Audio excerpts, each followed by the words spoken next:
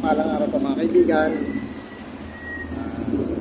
Ito po ang inyong lingkod, Kuya Allen Adventure 0213. Na-vlog po tayong isang matandang senior citizen. Ang edad po ay 70 years old. Nakapagbigay pa sila po sa inyong lingkod yung ginagawa ni tatay. Sana po ay samahan niyo ako sa aking ginawang video patungkol na nga po dito sa senior citizen na nangangalakal. Paki-like and paki-share na rin po ng mga video ko, at sa mga hindi pa po nakaka-subscribe po kay Kuya Allen Adventure 0213, sana po ay pasubscribe na rin po para naman po sa ating ginagawang mga video mapanood nyo po. At sana po ay paki-share at paki-like na rin po ng aking mga video para naman po mas marami pa po tayong matulungan na kagaya ni tatay. Bago po ang lahat, shoutout din po kay Mami Nerissa Artiga, kay Sir Mabi TV, Greg Adventure TV, kay Kuya Aw at saka kay Idol Ambelito, kala Ate Bernalyn. Maraming salamat, shoutout po sa inyo. Sa ating mga kaibigan, kay Sir Peace and Babe, shoutout po. Samahan niyo po ako sa aking ginawang video. Panoorin po natin. Sana magustuhan niyo po. Maraming po salamat.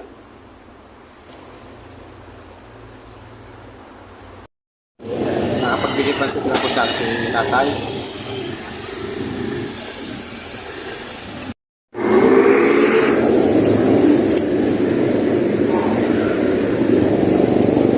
Hindi po alam ni tatay na binibidyo po siya. Isang taon na po kaya. Nanguha po siya ng mga plastic may bebenta. Palagay ko mga senior na po ito.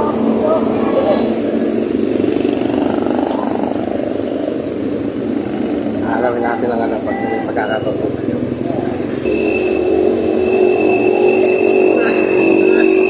Silaw po.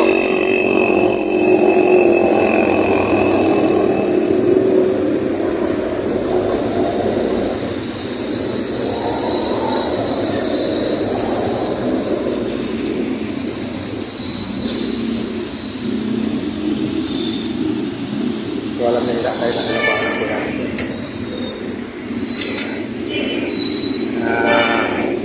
Nakakagapansin na po sa akin.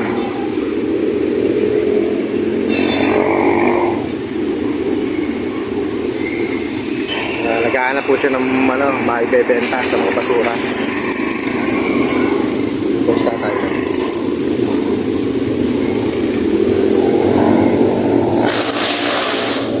Tay, interview ko na pala kayo para makita nung ating mga kababayan na ano pangalan niya, Tay?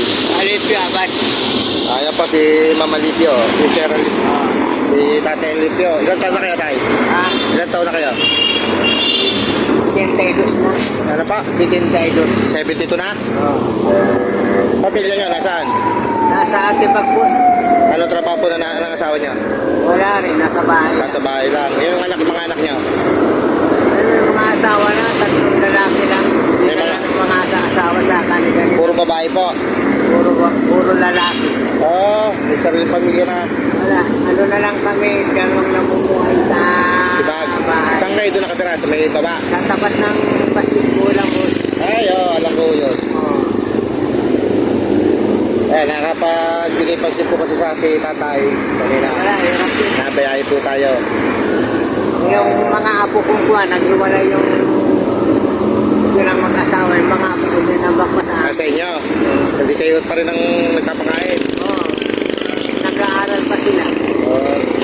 Kaya lang, mababang grado pa lang.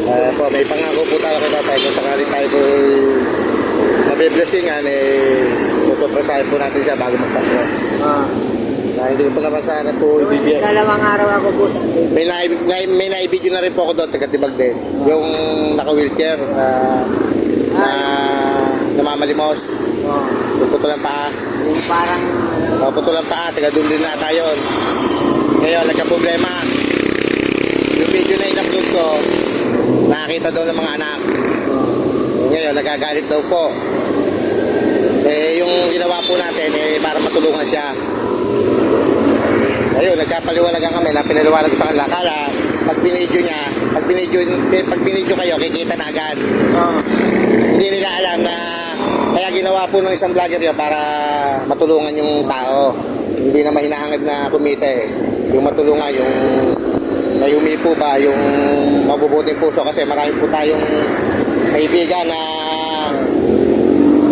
nasa abroad na mga bukalang puso, yung mga may ginito ang puso na hanggang tumulong sa mga katulad nyo, na katulad natin may hirap, gano'n. Kaya po ginagawa natin to. Hindi po tayo gumagawa dito sa YouTube para yumaman. Yung aminado tayo na kailangan natin ng video. Pero pag binidyo mo yung isang tao, hindi katunayan na ikita agad yung isang video. Di ba? Siyempre, kailangan din mapansin. Conforme din sa views yan eh. Ang video mo nga na-upload nga yung video mo. Ang video mo naman wala pang 100.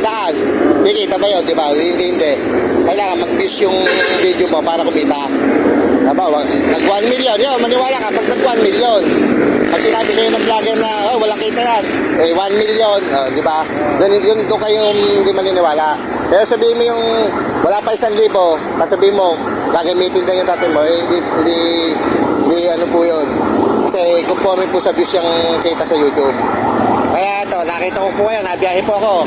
Napansin ko po kayo, kaya lumapit ako sa inyo. Hindi ko kayo na ano.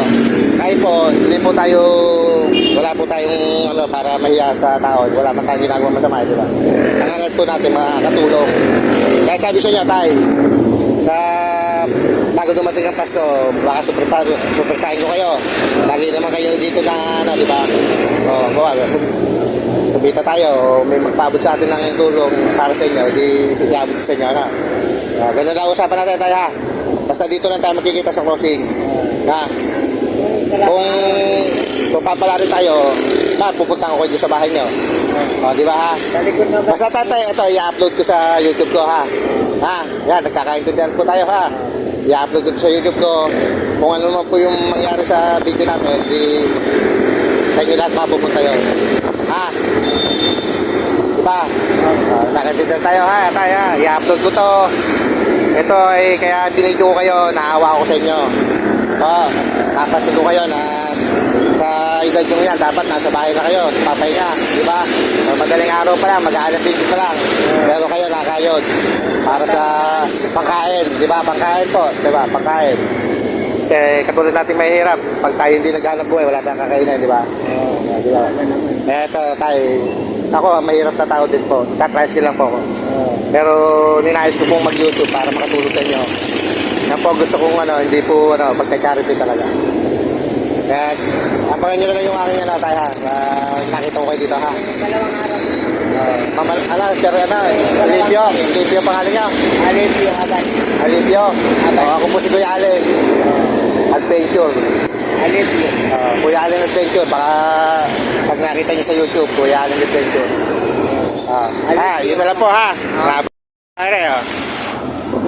Para may pangkain kayo. Salamat, boss. Ayan, ha. Maraming salamat.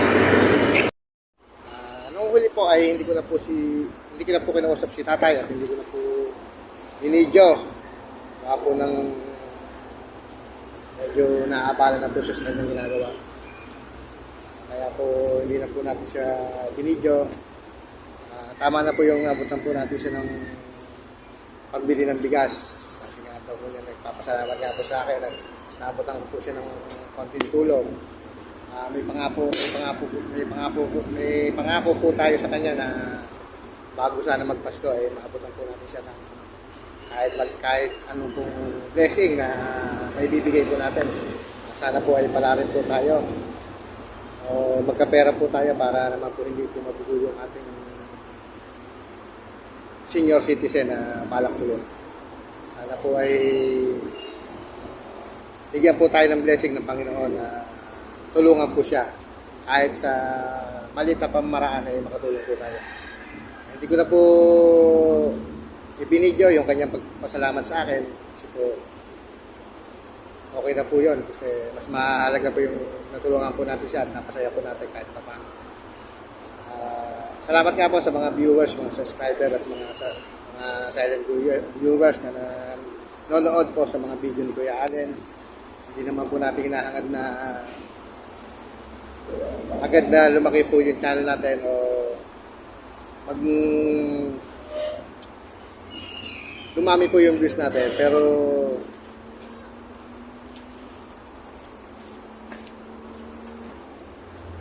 siguro sa awa na rin po ng Panginoon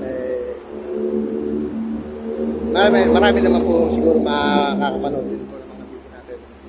Kasi po ang hangad po natin ay makatulong, hindi po kasi po kung alam niyo naman po ang trabaho ngayon ni Kuya Allen, hindi naman po natin aring asahan kasi hindi naman po ari tayong magka-charity nang wala tayong ibibigay sa ating tutulong. Kaya po miski sa ganitong pamaraan o maliit na bagay, makatulong po tayo.